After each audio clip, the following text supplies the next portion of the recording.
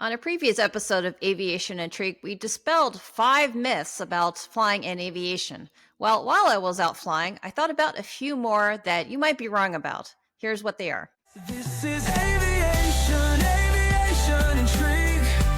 Okay, let me guess. One of the things is how expensive aviation is, or at least learning to fly. Is that right? Yes, it has gotten more expensive in recent years, but a lot of people think that you have to be some kind of multimillionaire in order to be a pilot. But that's definitely not the case, especially these days with all different manners of aviation that you can get into. Yeah, I got to say, when I first showed up at a flight school, this is way back when, and I was talking to this person and they said, let me take you to my airplane. And I go, you have your own airplane? He said, yeah, and I'll teach you. I'm like, oh, wow. I thought airplanes cost a gazillion dollars, right? Now, they still I thought cost the a lot same of thing. money, but Yeah. it was nowhere near what I thought, especially for the trainer aircraft. Definitely. And even if you wanted to own your own airplane, there are a lot of alternate ways to do that. So for a powered aircraft, that's let's say a typical personal size, 2 or 4 seats. Sure, it can take thousands and thousands to finance, maintain, and all of that per year. But if you share or belong to a club where 5, 10, 15 people share that airplane, you can make flying really, really economical. Yeah, that's a very good point. When I was in upstate New York, I was part of a flying club. The club owned 5 aircraft, and there were maybe 50, 60 members. And so we all own a share of the aircraft, and we get to pay rental at a reduced rate. And that's like me owning 5 airplanes that I really didn't own. That's amazing. So you weren't a gazillionaire with a selection of 5 airplanes you get to fly. A lot of people will be amazed at how many aircraft you could fly for a reasonable cost. Yeah, and then later on, when I became a glider pilot, I bought a glider in partnership with another person. So gliders are a little less expensive in the grand scheme of things. And so by sharing with the other person, and because we split time, everything kind of becomes a much more, let's say, reasonable. That's something that I wish we had a little bit more information on during pilot training, because a lot of pilots starting out or new pilots actually have no idea that you can reduce a cost to a fraction. And they think that, oh, if they can't own their very own airplane, then they won't be able to fly. But outside of renting an airplane, which is also very common from flight schools, clubs and other partnerships is definitely the way to go, especially when you want to have a certain number of familiar aircraft that you want to fly. Yeah, people should really go back and watch the episode we did with Alexander Rossi, the IndyCar driver and an airplane owner and pilot, because he talks specifically about this partnership. And he's a very successful guy, but still the partnership meant a lot to him. And so you should go listen to that episode. We'll put a link. And aside from powered airplanes, you can actually go even cheaper than that. There are so many pilots who have gotten their start flying drones and ultralights, and you mentioned gliders. That is yet a fraction of the cost of powered aircraft, and a really, really fun way of getting into aviation that a lot of people may not realize is open to them. Yeah, so is RC flying, or remote control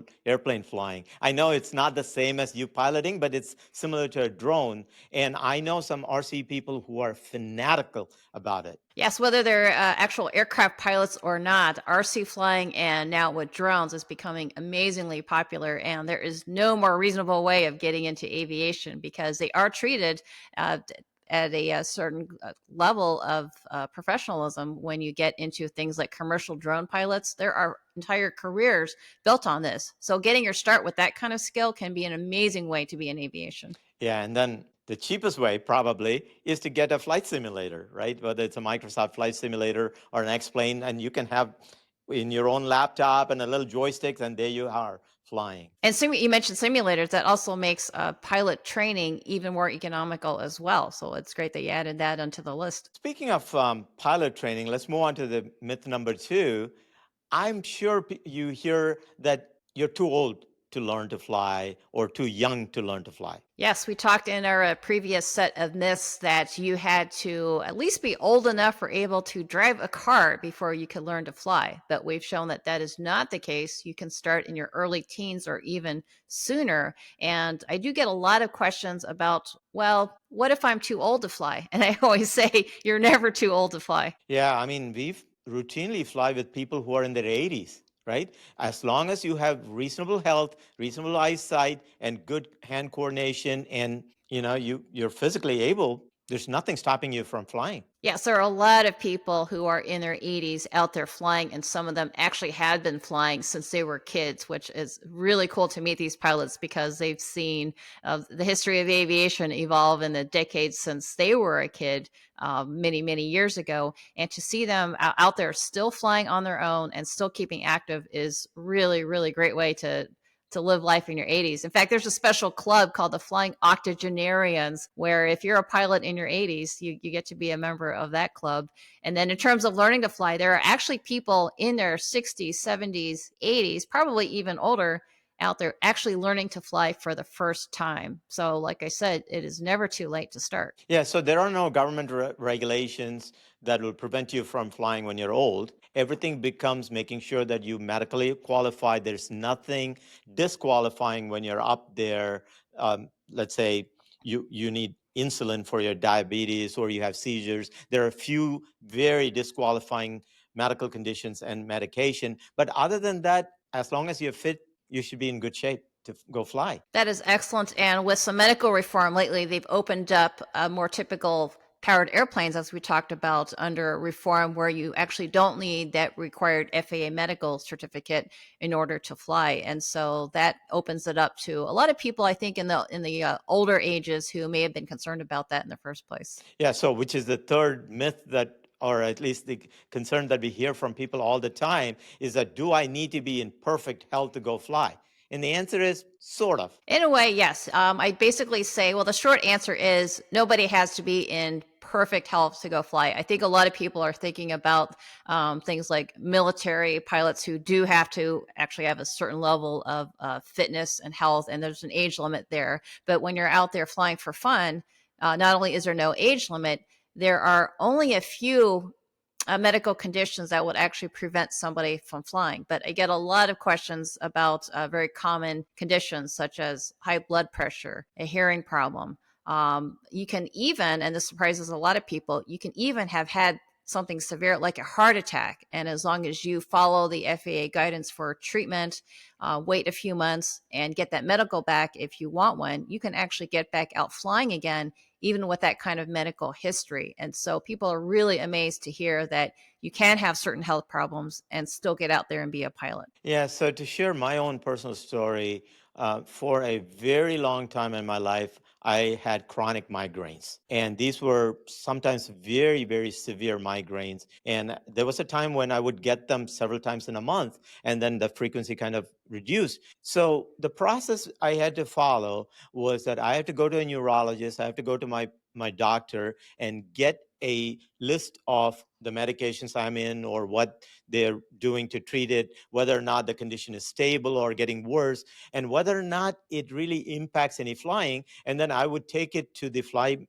medical doctor, and then who would then in turn submit it to the FAA. And so there is a little bit of a process, but it is possible to get through that. Yes, with the designated doctors who are certificated to do these FAA medical exams. And by the way, there is one for people who want to fly personally, but now that requirement has been lifted for a lot of small aircraft. You can actually do a consultation if you've had an event like that or a history like that to make sure that you meet the guidelines so that the FAA can approve you. And so there's a lot of ways and a lot of options for a lot of these common conditions that I get asked about. Yeah, so there are a couple of regulations changed recently, right? Like the Mosaic program? Yes, that Mosaic program, which we talked about, opens up more typical aircraft for flight training or for personal flying without that FAA medical certificate. So a lot of people who had not sought that kind of option before can take a look at making sure they are indeed healthy to fly, but they don't have to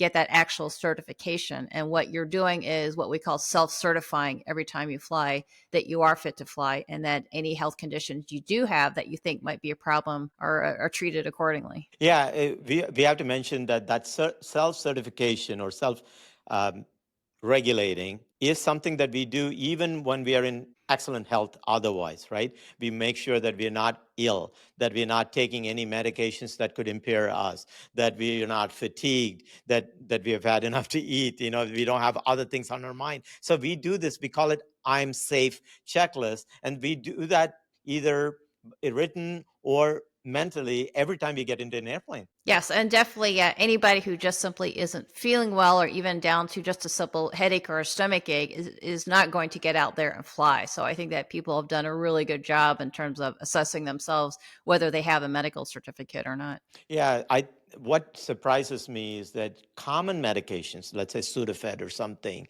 they could have some serious effect that it could make you drowsy. So that's why the FAA guidelines are very clear that if you take anything like Sudafed or anything that could make you drowsy, I think there's a period of time that you should not be flying. It's not nobody's going to come and watch you. It's you making that decision for yourself, because your life is in your hand as well as other people's life, both people in your airplane and people on the ground. Yeah, great point with the over-the-counter medication, because a lot of people, including pilots, do forget that that can be included in the list of medications that may be an impediment to safe flying. And so you mentioned one of the popular ones, and it's definitely a good idea to make sure that you've got a dosage interval that will get that medication out of your system before you go flying. Yeah, which is similar to drinking, right? I mean, you don't want alcohol in your system, so the minimum alcohol content in your body is much more stricter than even driving, and you have to make sure that you haven't been drinking, like 8 hours before you go fly. Definitely. There's a lot of rules on that, and a lot of it's common sense. And again, pilots have been really good at respecting those rules. And the questions we get from non pilots or would be pilots is generally based on prescription medications and health history. And it is great to point out that over the counter and other things are going to be basically an option for you as long as you meet the guidelines. And there's lots and lots of publications out there that the FAA puts out to make sure that you're not doing anything that's going to affect safety. So let's move on to another myth I bet you hear all the time, which is about eyesight, right? People think you need to have this perfect eyesight to become a pilot. Yes, that is probably one of the most common health related questions I get is, well, I wear glasses. Is that going to stop me from being a pilot? And I say, absolutely not. That is by far, glasses or contacts, corrective lenses in FAA speak, by far the most common health condition that anybody has, including pilots. And so I say that absolutely will not stop you as long as you can meet, let's say for a private pilot, 20/10 vision with or without lenses, and for professional commercial pilots and above, 20/20 with corrective lenses, which most pilots are required to have. And so that is almost no impediment for anyone who has basically average vision, which is usually either a little bit nearsighted or a little bit farsighted. The key thing is to be truthful. Like anything else, you're submitting this binding document to your medical professional and to the FAA. So most often you get into trouble because you try to, lie or at least conceal a certain thing, which never works out well at the end. Yes, definitely. There are usually forms you have to fill out when you're dealing with a condition and you're trying to get a medical back. And so just disclosing things like the health history, the medications you're on is definitely going to be required when you're pursuing anything like that. And then in terms of self certification, yes, that's on the honor system. But again, I think pilots are well trained to respect those parameters because everybody really does want to make sure that safety is a priority. Yeah, we should mention that there are professional organizations, for example, AOPA, which stands for Airplane Owners and Pilots Association, that you can call to get consultation if you have questions on a medical condition or anything else. They can actually guide you saying, hey, this is how you should tackle it. This is what you should do. And that is a very, very good advocacy organization. There are other organizations similar to that. Yeah, so that's a really common one that pilots will turn to if something comes up during their flying career where they're not sure about how to take it in terms of a medical condition. And so there's all kinds of guidance out there. The main thing is to make sure that you do the research to make sure that you're following the guidelines on that. Then the fifth myth, Elaine, that we hear, and it's a little on the morbid side. Most people think when you're flying a powered airplane, and let's say a single engine airplane, and when that engine quits, you're done. You're going to crash. There's nothing else you can do. That's not exactly true, is it? I would say that that's a no, that is a myth, because a lot of that is perpetuated by when you do hear about a terrible accident or crash with an aircraft that is going to make the news. And sometimes there are reports of an engine outage or engine problems. And so that's going to lead people to believe that if there's an engine problem, you're going to crash. And the reason I say no is because we talked about this in other episodes with emergencies. If you're in flight and your engine suddenly quits, you are suddenly a glider. Not a great glider, but you're a glider, and airplane pilots are trained to handle that in an emergency. And even if they have to land somewhere in a field and not in an airport, presumably you have a very good chance of making that a safe landing. But a lot of times, due to the human element, human error, that emergency gets mismanaged, or there could be some other emergency going on where the pilot is either overwhelmed and does not fly that aircraft safely as a poor glider down to the ground. But in most cases, those good outcomes where aircraft did land safely from an engine failure are generally not reported. And we've talked about those success stories. Right, but there are cases, let's say you're flying over mountainous terrain or over open waters. You may not have a chance, you may not really make another mistake, but your chance of successfully landing and walking away are going to be diminished. Definitely. If you have open water at night, terrain obstructions, anything that will reduce your risk of a successful landing, unfortunately, sometimes those are the cases that you hear about. But again, pilots are trained to hopefully plan ahead for those situations. If you're going to be flying over a mountainous terrain like you did on a recent trip, maybe that pilot is going to elect to fly at a higher altitude in order to decrease that risk and increase the odds of making it to an airport or a safe place should they have a problem. So a lot of it goes into back to that human element, is planning, training, and thinking ahead for potential problems. And so we have the most popular emergency drill that we do in flight training, and that is the engine failure. And so hopefully with that repeated training, that definitely increases the chance of a successful landing, even if it's not in an airport. Yeah, recently, I think about a month ago, we had a Cirrus aircraft which was taking off from Milwaukee going to, I think it was Pontiac, Michigan, or somewhere near Detroit, that had an engine failure over Lake Michigan. And believe it or not, they successfully were able to land on the water. And that particular airplane has a built-in parachute. We've talked about that in the past. And they did a good job radioing the Coast Guard. So yes, they hit the water and the plane would float for a short period of time, but they had life vests and everything else. And Coast Guard successfully rescued all three of them, and they're living. The plane is gone, but the three people were fine. Yep, that is a great outcome, that everybody escaped unhurt, and at that point, we don't care about the airplane. The airframe parachute that you mentioned is another way that can decrease the risk of a bad outcome when you have an emergency, because when you're over the water, nowhere else to go, that was really the best use of that parachute. Yeah, so the one thing I would say is that there is one phase of flight, or maybe two, which are more critical if the engine fails upon takeoff and you just do not have enough altitude, or when you're landing in a what we call as a traffic pattern. When you're slow, when you're low, if something happens, your choices, your opportunities are significantly less, and those end up being more fatal than when you're at 8,000, 9,000 feet. Absolutely.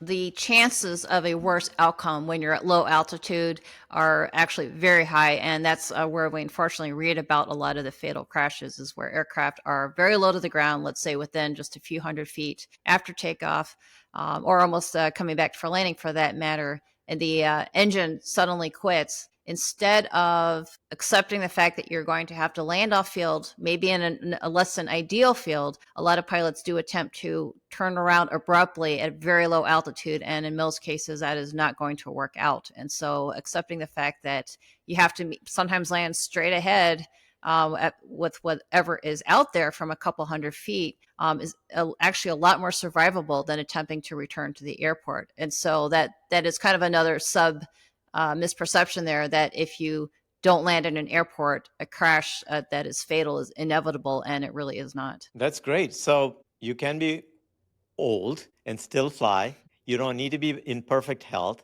You don't need to have perfect eyesight. And even an engine failure is survivable.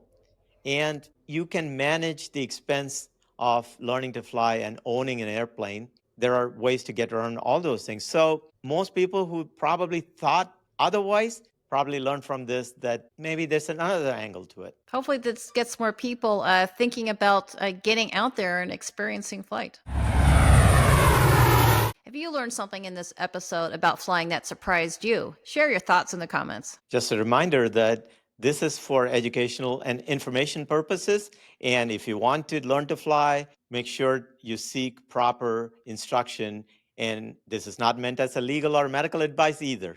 This is